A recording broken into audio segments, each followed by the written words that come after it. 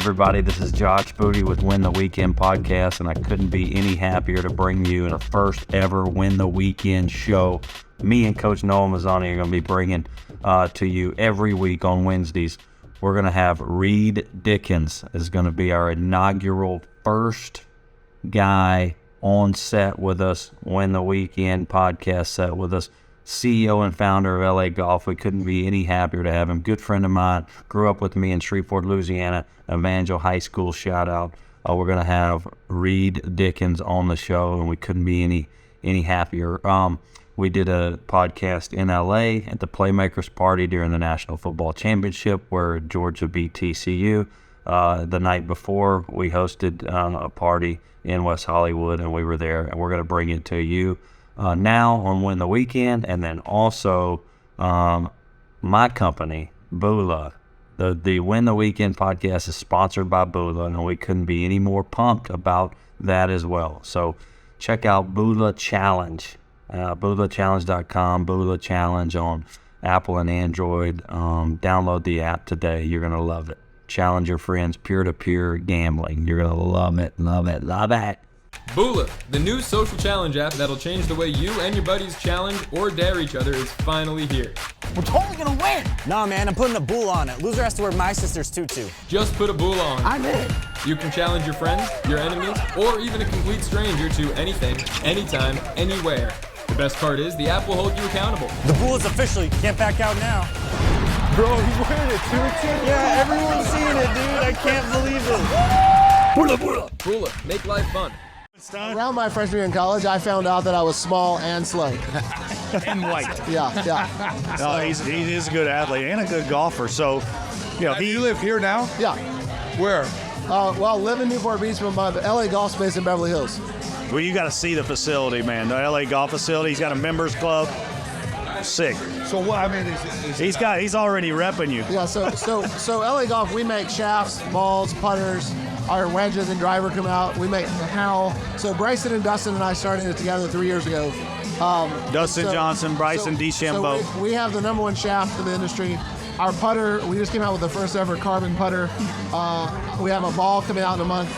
And then our wedges and driver come out in a year. And so we're just, we're making everything. That's awesome. So we make apparel. So I know you're going to be in Phoenix in 3 weeks. Yeah, we'll be there. We're gonna have fun. Yeah. We're having an event there. You got to do that so they can hear you. Yes. Our factory's in Anaheim, but we have like a private club, LA Golf Club. It's in So Beverly that's Hills. funny. So Lance, Dennis Johnson is one of his.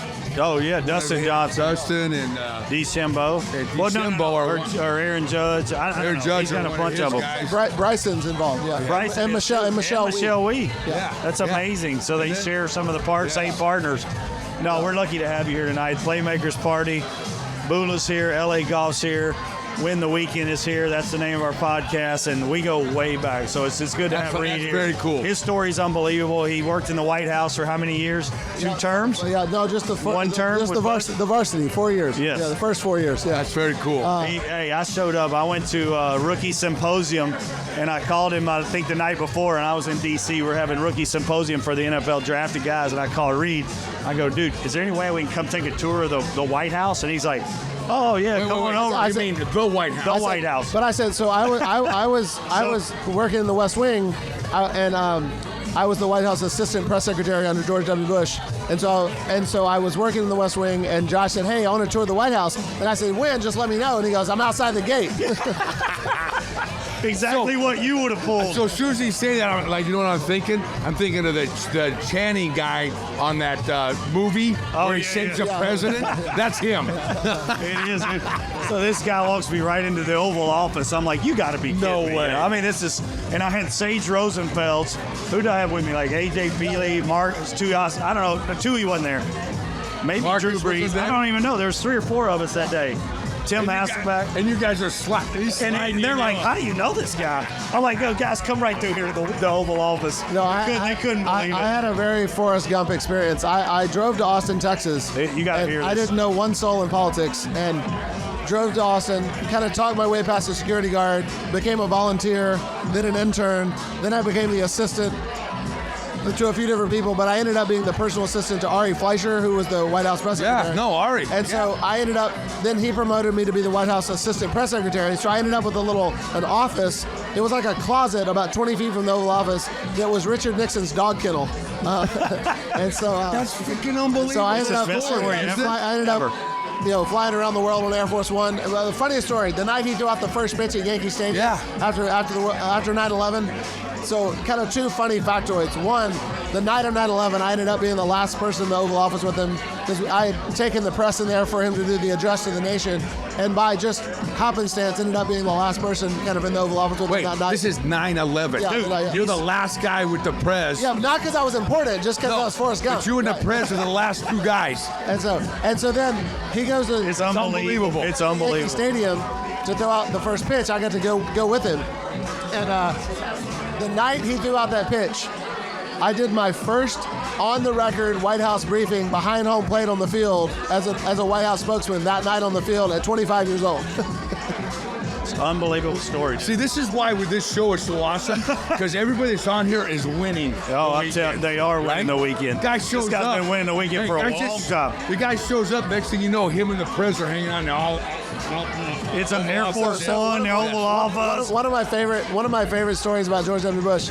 I'm at home on a Sunday afternoon, and I get a call, and the military that carries the nuclear codes was like, "Hey, President Bush wants to know if you can play golf today." And so he grabs the phone. President Bush grabs the phone. And he goes, "Hey," he goes, "Are you any good at golf?" And I was like, "No." And he goes, Can you play fast?" I was like, "Yeah." And he goes, "Get your ass up here." So usually my job when he played golf, to take the reporters, there's something called the press pool. So it's like 10 or 12 reporters that are with him 12 hours a day. So my job would usually be have them on the first tee box in the 18th green to make sure they got everything they needed, whatever. So I would always go in the motorcade, and I would always have the press with him. I was always with him everywhere he went, but I wasn't in his foursome. Right. And so all of a sudden, I was probably a 30 handicap, and I had like a pair of khakis and a non-breathable cotton shirt, and I go out there, and all of a sudden I'm playing in his foursome. In the president's foursome. And there's cameras. So all the cameras on the tee box. So we go up to the first tee box, and so when the president plays, they'll let him warm up on the first tee, so that he doesn't have to clog the driving range up. So we're on the first tee, kind of warming up, hitting balls, and he goes over to the cameras. He's like, "Hey, you guys know this shithead?" and so I had a drive off the toe of my driver, probably 182 yards, but it looked straight. and then coming in on 18, I hit a 9-iron to the center of the green, and I probably shot 125 at it. Okay. All right, Reed, was he any good? Yeah. So at the time he was at the time he was like an 18 because he never got to practice. But the moment he got done being president, he's like a 6 now. Oh, really? So he played way more.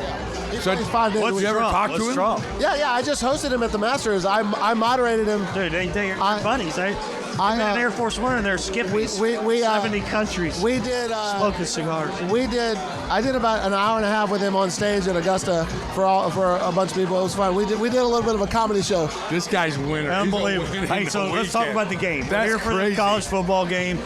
TCU, right? TCU, get him something to drink, a margarita. We got TCU getting 12.5 or 13 against Georgia. 12.5. 12.5 against Georgia. You got the SEC and the national champions from last year rolling into town. Yep. SoFi Stadium. What do you think about the game? Give us a little bit of what you think could happen. I think the Horned Frauds Got a little what it takes. Horned Frauds could get run off the field. Ooh. But Whoa. I said frauds. Horned Frauds. Horns frauds. Yeah.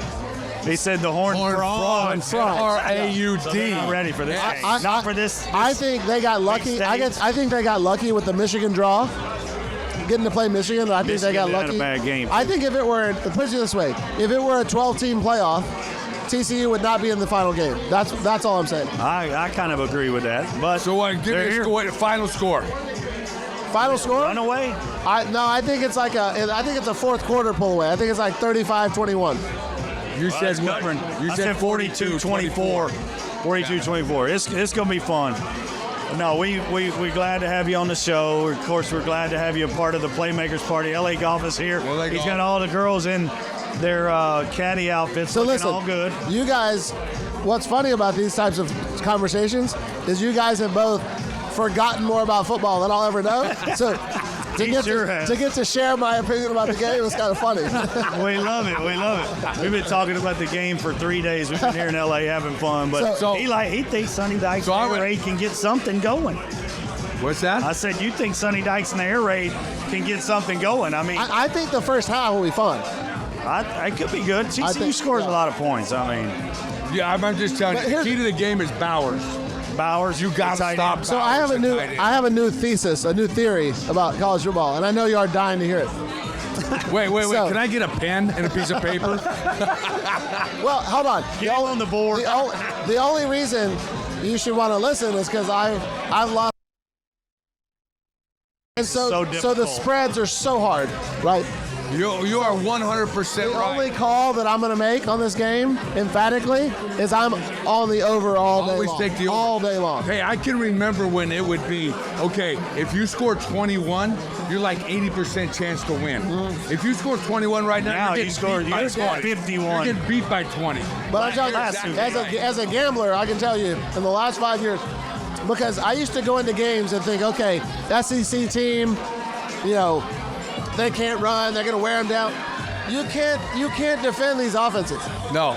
I You, agree. you I can't agree. stay fresh. I don't know how. There's not enough DBs to cover the No. talent, the spread, the RPO stuff, which you invented. He invented the RPO.